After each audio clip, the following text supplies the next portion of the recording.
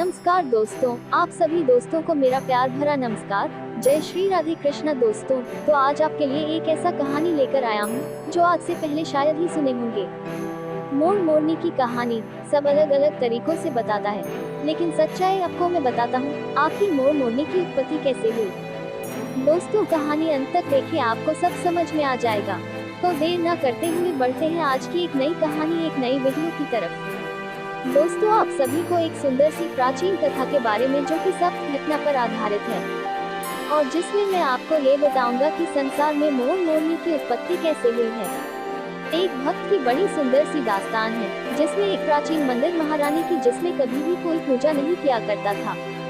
और एक दिन की बात, छोटी सी बच्ची की श्रद्धा माँ पर आ गई और वो बच्ची जाकर के माँ के मंदिर में माँ की पूजन करने लगी। और उसका नियम था, वो रोज ही माँ के मंदिर में जाती थी और माँ का पूजन किया करती थी।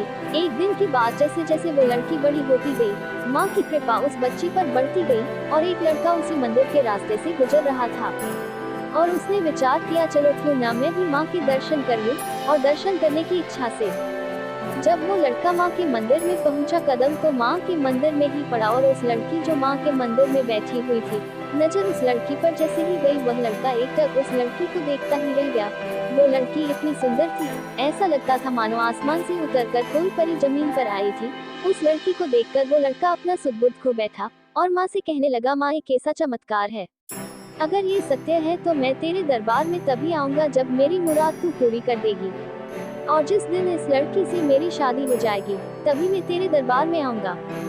उस लड़के ने माँ से ये वरदान मांगा। वो लड़का इतना कहकर के वहाँ से चला जाता है और मैया की इतनी कृपा थी उस बच्चे पर, माँ ने उस बच्चे की इच्छा को पूरा किया और माँ ने अपनी महिमा से उस बच्चे की परीक्षा को पूरा किया।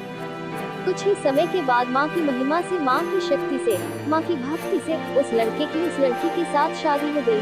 लेकिन शादी तो हो गई और दुल्हन घर में पहुँच गई और वो लड़का भूल बैठा कि मैंने तो सच जाने का वादा किया था।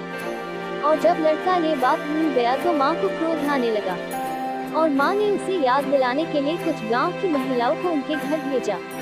और गांव की औरतें जब माँ के आदेश से उसके घर पहुँची और दुल्हन का चेहरा देखा तो एक ही बात कही कि माँ तेरी अजीब लीला है, तूने कितनी प्यारी जोड़ी बनाई है।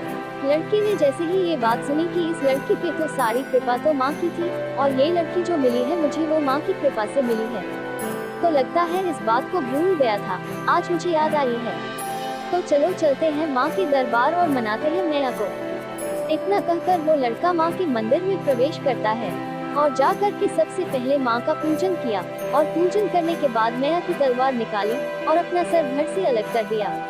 बहुत देर हो गई और मंदिर से कोई आहट नहीं आई तो लड़की कहने लगी, भैया जरा मंदिर में जाकर के देखो तो जीजा जी अभी तक क्यों नहीं लौटे।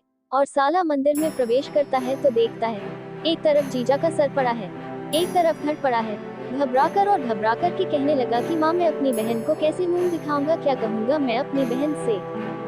बहुत समय बीत गया और जब भाई भी नहीं लौटा, पति भी, तो सोचने लगी माँ आपके मंदिर से कोई लौट क्यों नहीं रहा है और ये मंदिर से बहता हुआ खून कहाँ से आया।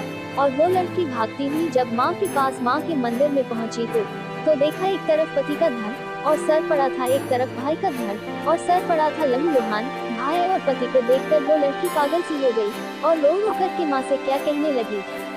लड़की कहने लगी, माँ जब मेरा पति है नहीं रहा, न भाई रहा, न मैं मायके की रही, न मैं ससुराल की, तो मैं जीकर क्या करूँगी। इस लीला को समाप्त करके वो लड़की दौड़कर गई और माँ की तलवार निकाल ली और चलाने लगी तो मैया की मूर्ति से एक आवाज आई और माँ ने कहा, सुन तू मरने की जिद मत कर, मैं तेरी सारी इच्छाएं पूरी करूँगी। और इस तरह से माँ ने क्या कहा, जा शरीर से सर को रख दे जो जाएगा। लेकिन लड़की से भूल हो गई और उस लड़की से ये बड़ी भूल हुई कि पति के सर से भाई का धड़ लगाया और भाई के धड़ से पति का सर लगाया। तो लड़की कहने लगी, माँ इसमें से मेरा पति कौन है और भाई कौन है। तो माँ ने कहा, बेटी सर तो तुमने ही लगाए है, तो जो गलती तेरे से हुई है उसका भुगतान तो तुझे ही करना पड़ेगा। अब तू पति को पति तो कह सकती है लेकिन पति का रिश्ता नहीं बना सकती, क्योंकि धड़ तो तेरे भाई का है और बेटी जिस पर तेरे भाई का सर लगा है यही तेरा पति है और इसी को तू अपना पति मान सकती है। लड़की कहती है, माँ सारा संसार तेरे को माँ मानता है, मेरे भी लाखों अरमान है, कि मुझे भी कोई माँ कहे, कोई ऐसा हो जो मुझे भी माँ कहकर पुकारे। लेकिन माँ, मेरी सारी इच्छाएं यहीं पर दफन हो गई। माँ ने कहा, पुत्री, मैं तुझे आशीर्वाद देती हूँ कि तू माँ भी बनेगी, लेकिन तुझे अपना रूप बदलना पड़ेगा। और मैया ने अपनी शक्ति से दोनों को मोर और मोरनी बना दिया। माँ ने कहा, तू अपने पति का सुख नहीं पाएगी, तू अपने पति की सारी इच्छाओं को छोड़कर बस तू अपना पति समझेगी तो सारा सुख पाएगी। और तू जो अपने पति से सुख चाहती है वो तुझे कभी नहीं मिलेगा, क्योंकि जो तूने गलती की है उसका भुगतान तुझे ही भुगतना होगा। तू अपने पति को देखकर और जो उसके आंसू गिरेंगे जब मोर नाचता है तो बड़ा ही सुंदर लगता है, और मोर अपने आप पर गर्व करता है कि मैं बहुत सुंदर हूँ। लेकिन जब मोर अपने आप को देखता है तो खुश होता है। जैसे ही पैर पर दृष्टि जाती है तो वो रो पड़ता है कि वो पैर उसके भाई के हैं, और मोरनी छुप करके देख रही होती है, और मुख से जो झाग निकलता है और मोर की आंखों से जो आंसू गिरते हैं उसको मोरनी पीती है और गर्भ धारण करती है। और माँ उसके मरे हुए भाई को, जिस पर पति का धड़ लगा हुआ था, उसे कबूतर बना दिया और दोनों को आशीर्वाद दिया। दोस्तों, यही सच्चाई है। कहानी कैसी लगी कमेंट जरूर करना। जय श्री कृष्ण, राधे राधे। फिर मिलेंगे एक नई कहानी, एक नई वीडियो में। राधे राधे।